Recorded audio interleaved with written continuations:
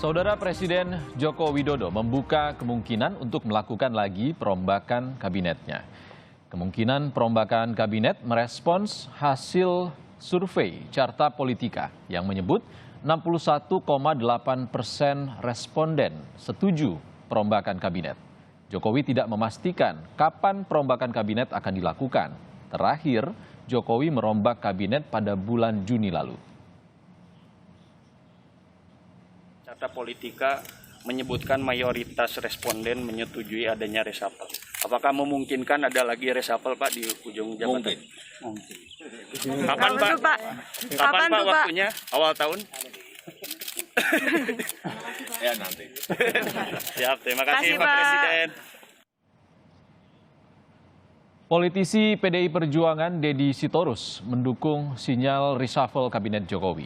Deddy menyebut perombakan kabinet bisa saja dilakukan berdasar evaluasi kinerja menteri di 2 tahun terakhir kepemimpinan Jokowi agar kinerja pemerintah lebih efektif dan efisien. Reshuffle bisa saja dilakukan terhadap menteri dari parpol maupun non-parpol. Akhirnya Presiden memutuskan melakukan reshuffle kabinet, tentu pertimbangannya adalah dari evaluasi terhadap kinerja menteri yang bersangkutan. Terutama karena periode pemerintahan Pak Jokowi hanya bersisa kurang dari 2 tahun. Tentu beliau ingin memastikan apa yang ingin dicapai, legasi yang ditinggalkan Pak Jokowi itu benar-benar selesai sesuai dengan periode kepengurusan beliau. Direktur Eksekutif Parameter Politik Indonesia, Adi Prayitno, menduga perombakan kabinet Jokowi mengarah pada menteri dari Partai Nasdem. Hal ini dipicu deklarasi Nasdem yang mengumumkan Anies Baswedan sebagai kandidat Capres 2024, padahal masih berada dalam koalisi pendukung Jokowi.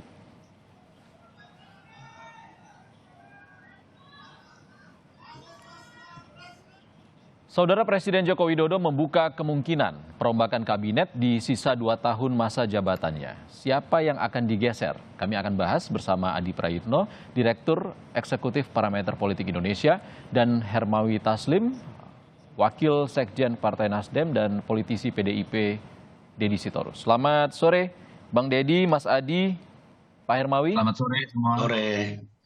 Kita langsung saja ke Bang Deddy dulu ya. Bang Deddy tadi mengatakan kemungkinan menteri dari non-parpol dan juga dari parpol. Kalau dari parpol siapa kira-kira? Kalau dari Pak Jarod sudah menyebut Menteri Kehutanan dan juga Menteri Pertanian. Gimana nih Bang? Ya kalau saya pertama ingin meletakkan bahwa reshuffle kabinet itu adalah hak prerogatif Presiden karena menteri-menteri itu dipilih, diangkat dan dievaluasi oleh Presiden. Mereka adalah pembantu-pembantu Presiden. Dan jika pun Pak Jokowi akhirnya memutuskan ada reshuffle, tentu basis pertimbangannya adalah kinerja maupun kemampuan dari menteri-menteri tersebut untuk melakukan akselerasi terhadap berbagai target yang ingin dicapai oleh Jokowi. Karena masa kekuasaan Pak Jokowi itu kan sampai, kalau saya tidak salah itu Oktober ya, 20 Oktober 2024. Jadi saya kira basis pertimbangannya tentu dari hasil evaluasi dan melihat dari kemampuan menteri yang bersangkutan. Karena begini, ini memang ada hal yang menjomplang. Kepuasan publik terhadap Pak Jokowi itu meningkat dibanding bulan-bulan sebelumnya. Itu mencapai 73% hampir ya. Sementara di sisi lain, kepuasan terhadap menteri itu ada di bawah, bahkan hampir 62% responden menginginkan reshuffle. Yang kita tidak tahu dari survei itu adalah apakah keinginan untuk melakukan reshuffle itu oleh publik adalah untuk memastikan menteri-menteri yang memang tidak produktif itu diganti atau tidak.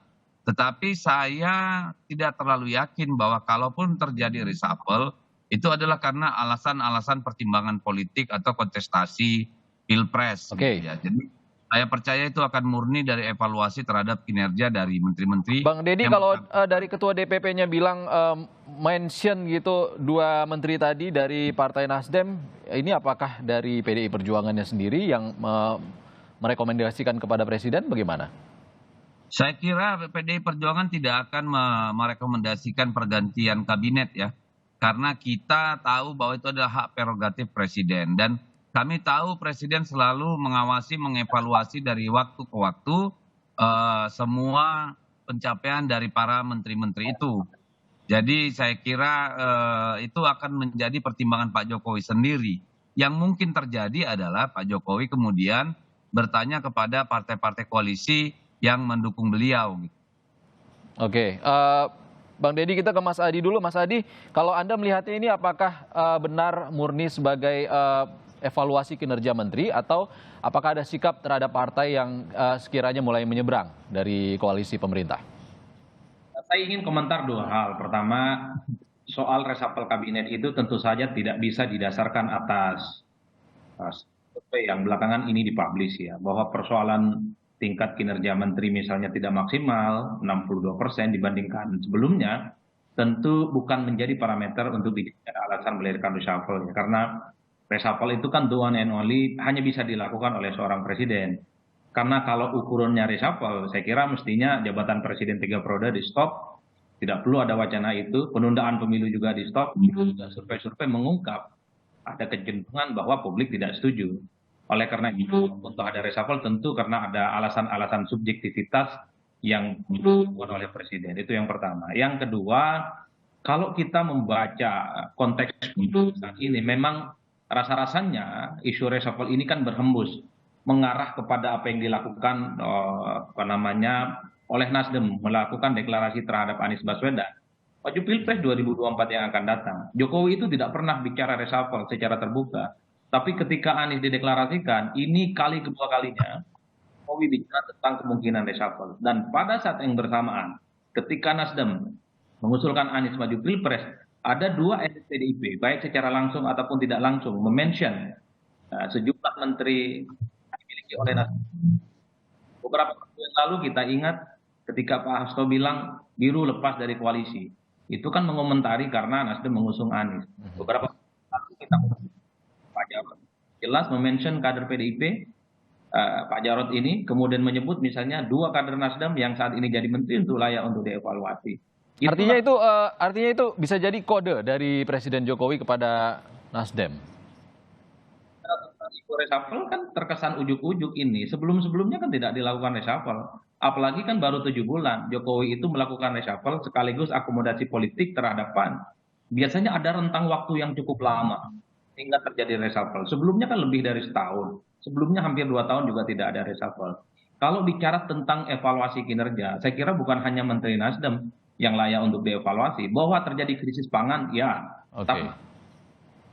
Oke, kita ke Pak Hermawi, Mas Adi. Pak Hermawi tadi benar ini sepertinya kode dari Presiden Jokowi untuk menyingkirkan Nasdem. Bagaimana tanggapan Anda?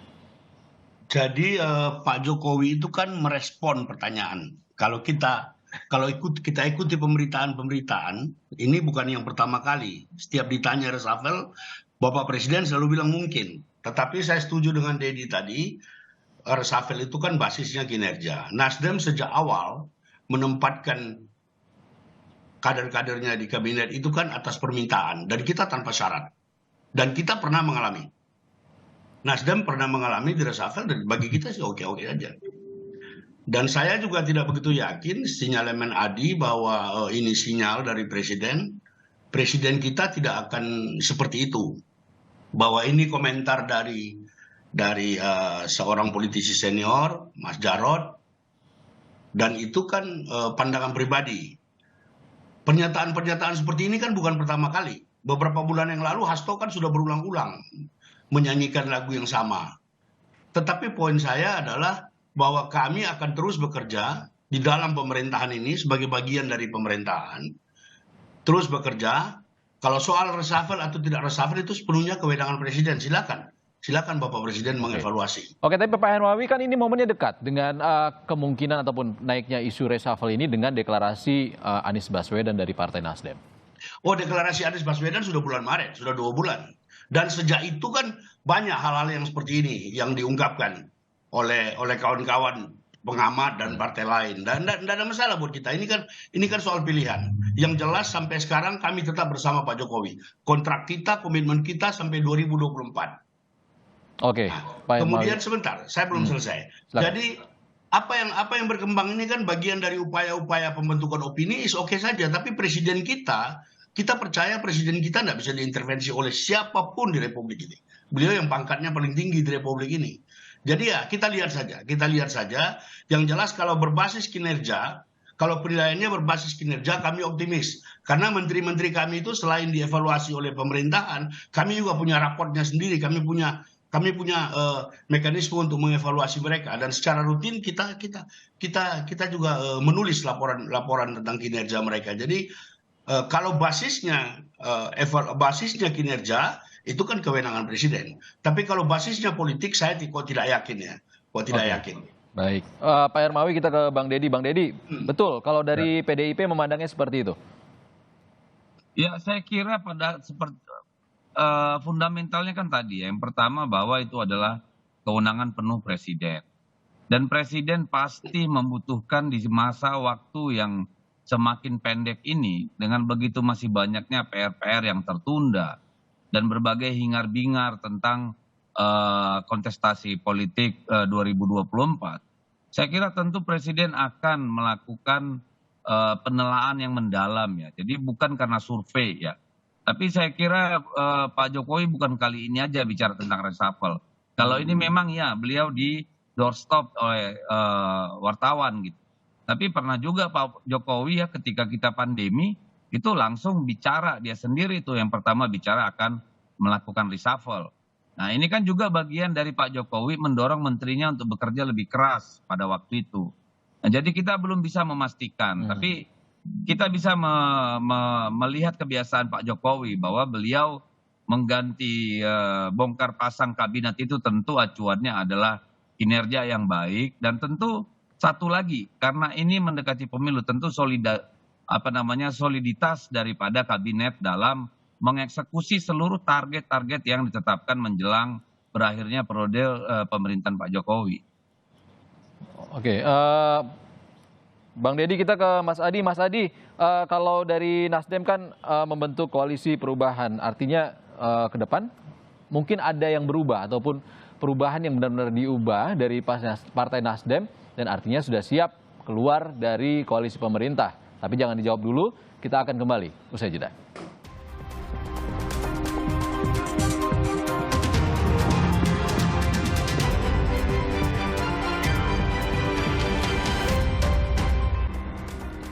Anda kembali di Kompas Petang, kita masih membahas isu reshuffle Presiden Jokowi. Masih ada Adi Praitno, Deddy Sitorus, dan Hermawi Taslim bersama kita. Kita ke Bang Deddy dulu. Bang Deddy, terkait dengan soliditas di kabinet, seperti apa Anda melihatnya? Apakah masih solid? Ya, saya kira kalau sekedar soal menteri yang bekerja di kabinet, soal solid tidaknya tentu bisa dilihat secara kasat mata ya masih solid gitu ya.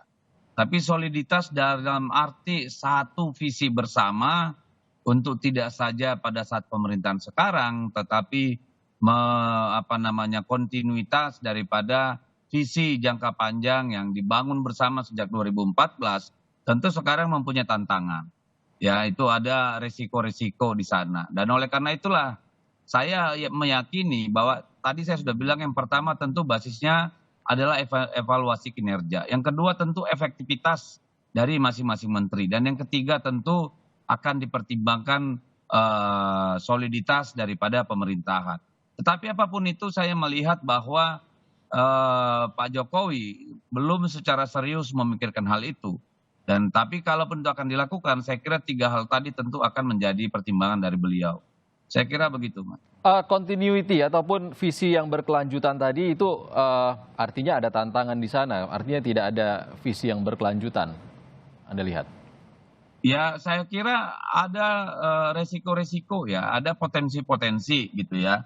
Dan itu yang mungkin membuat ada kegusaran-kegusaran atau katakanlah keraguan. Apa kegusaran apa, Bang Deddy?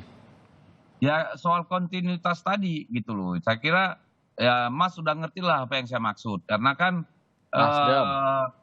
apa yang akan terjadi pada tahun 2024 adalah bagaimana ada dua kubu ya. Satu kubu yang menginginkan visi jangka panjang itu memang berwujud benar-benar seperti yang diharapkan ya dari Nawacita 1, Nawacita 2, dan kemudian bagaimana kemudian justru itu yang menjadi peluru bagi kelompok lain gitu ya untuk mengubah peta jalan Indonesia di luar daripada rumusan nawacita yang kita sepakati bersama. Koalisi Nah, perubahan di situ artinya tantangannya. saya bisa saja koalisi perubahan atau koalisi yang lain. Kan koalisi perubahan kan juga belum matang, Mas. Kita Baik. juga belum tahu apakah koalisi perubahan itu akan menjadi satu motor penggerak atau apakah koalisi yang satunya lagi yang Golkar dan lain-lain, kan kita belum tahu. Tapi kan pada prinsipnya saya kira kalaupun presiden akan melakukan reshuffle dan itu kan ranahnya politik ya. Dalam artian politik politik kekuasaan gitu ya. Politik bernegara Oke. gitu ya. Tentu akan menjadi pertimbangan meskipun bukan pertimbangan utama. Karena pada akhirnya kabinet itu kan bekerja berdasarkan direction dari presiden, bukan pribadi lepas pribadi. Ya, saya kira itu akan menjadi pemikiran yang mendalam lah. Jadi saya tidak melihat bahwa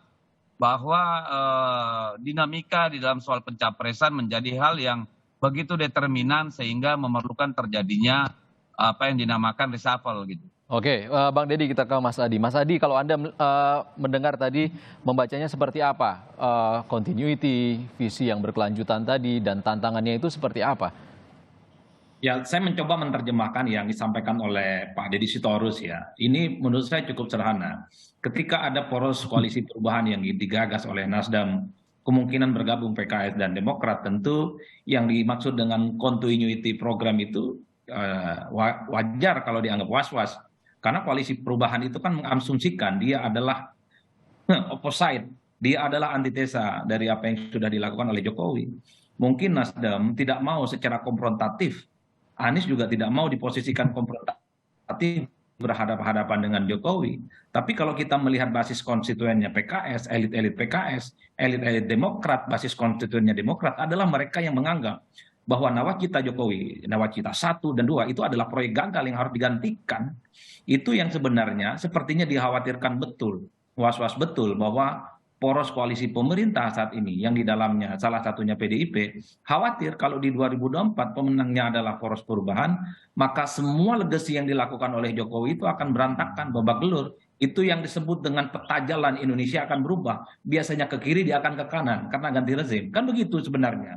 Oleh karena itu saya membaca ketika ada reshuffle, isu reshuffle kali ini, itu memang sangat lekat dengan konteks politik yang berkembang dewasa ini. Terutama ketika Nasdem secara terbuka mengusung Anies Baswedan. Sosok oposisi yang ini memang selalu dihadap-hadapkan dengan Jokowi. Karena kalau bicara tentang kinerja, Mas, bukan hanya pangan. Saya kira juga ketenaga kerjaan. Sekarang banyak orang nganggur. Tentang kinerja di bidang sosial, kemiskinan juga bertambah. Krisis energi juga terjadi. Oke, Mas Adi, kita tanya tanggapannya seperti apa, Pak Hermawi. Pak Hermawi. Ya, jadi pertama saya mau klarifikasi Adi dulu. Koalisi perubahan yang sedang kami gagas bukan merupakan antitesa dari Jokowi. Itu penting ya. Sudah ada, dulu ada pernyataan, kemudian ada penegasan bahwa itu tidak mewakili visi Nasdem. Yang kedua, hidup ini kan sebuah perubahan. Hidup ini sebuah perubahan, sebuah perjalanan perubahan. Kalau kami berulang-ulang mengatakan, bahkan ketika mendeklarasikan Anies, kita sudah mengatakan kita tetap bersama Jokowi sampai 2024. Dan kontrak kita memang sampai 2024. Republik ini terlalu sederhana kalau diurus oleh 1-2 kelompok. Kita mesti merangkum semua potensi bangsa untuk apa? Untuk kemajuan. Untuk mengantar Republik ini ke arah yang lebih baik. Sekali lagi saya koreksi tadi, koalisi perubahan bukan merupakan antitesa dari pemerintahan Jokowi. Kami bagian dari pemerintahan Jokowi. Nah, kemudian ini sebenarnya kan tidak perlu rame. Reshuffle ini kan sesuatu yang terus ada kan dari jilid 1, jilid 2 dan berkali-kali. Dan alasannya juga macam-macam. Tapi saya setuju dengan Deddy tadi bahwa reshuffle itu kalau bukan karena berhalangan tetap, tindak pidana korupsi, kinerja, tidak ada yang lain. Nah, upaya-upaya. Tapi kan alasan politis tetap ada. Sebentar dulu, upaya-upaya penggiringan ini kan, seperti pernyataan Pak Jokowi itu kan dia di doorstop. Dia punya hak, masa bilang tidak? Masa bilang tidak? Dan itu bukan pertama kali terjadi. Dan suara-suara ini juga bukan pertama kali disuarakan. Sebelumnya kita tahulah, berulang-ulang itu dari teman-teman dari partai yang sama. Oke. Jadi poin saya enggak usah kita bikin rame, kita tunggu saja, kita masing-masing bekerja dengan strategi masing-masing dan kami ingin membuktikan bahwa kami tetap bersama Jokowi sampai 2024. Oke, siap. Pak Hermawi bilang tetap solid dengan Pak Jokowi sampai 2024. Iya, pasti. Persis. Kita ke Bang Deddy. Bang Deddy, bagaimana kalau tetap continuity dan juga visi yang berkelanjutan, tapi harus ada perubahan seperti apa? Ya, saya kira itu kan dilema bagi Nasdem sendiri ya. Karena Demokrat dan PKS setiap hari secara vulgar, secara konfrontatif selalu kan mengatakan mereka adalah punya genetika yang sangat berbeda dengan Pak Jokowi. Yang sederhana saja, misalnya sikap mereka terhadap pembangunan infrastruktur, sikap mereka terhadap pembangunan IKN. Itu kan semua vis-a-vis konfrontatif dan sangat berbeda gitu. Jadi ya Nasdem ya mungkin sebagai entitas sendiri gitu. Tetapi kan kemudian nanti apakah Nasdem yang menjadi nakoda daripada daripada koalisinya itu, atau Aniesnya, atau AHY-nya, atau PKS-nya, atau siapa, kan kita belum tahu. Tapi kalau sampai sekarang komitmen Nasdem seperti itu, ya silakan. Biarlah presiden yang melakukan penilaian gitu ya, bukan kita gitu. Jadi saya kira ya silakan, oleh zaman nanti kita akan menilai oleh waktu, tetapi kan tidak bisa dilepaskan apa yang setiap hari dilontarkan di ruang publik oleh bagian-bagian dari kelompok koalisinya kawan-kawan kita di Nasdem gitu. Dan itu secara diametral berbeda gitu. Oke, Bang Deddy, kita ke Mas Adi. Mas Adi, dengan segala kondisi saat ini, apakah soliditas ini bisa akan terus... Mohon maaf, Mas. Ya. Izin, mohon maaf, saya harus segera mengikuti misa. Saya izin undur diri dulu. Baik. Mohon maaf. Selamat merayakan Natal, Bang Deddy. Amin. Terima kasih. Terima kasih. Baik. Saudara, kita tutup dialog terkait dengan isu reshuffle Presiden Jokowi ini. Sebelumnya sudah ada Direktur Eksekutif Parameter Politik Indonesia Adi Praitno, politisi PDIP Deddy Sitorus yang harus beribadah Natal, dan Pak Hermawi Taslim, Wasekjen Partai Nasdem sudah berbagi di Kompas Petang. Terima kasih Bapak-Bapak, sehat selalu.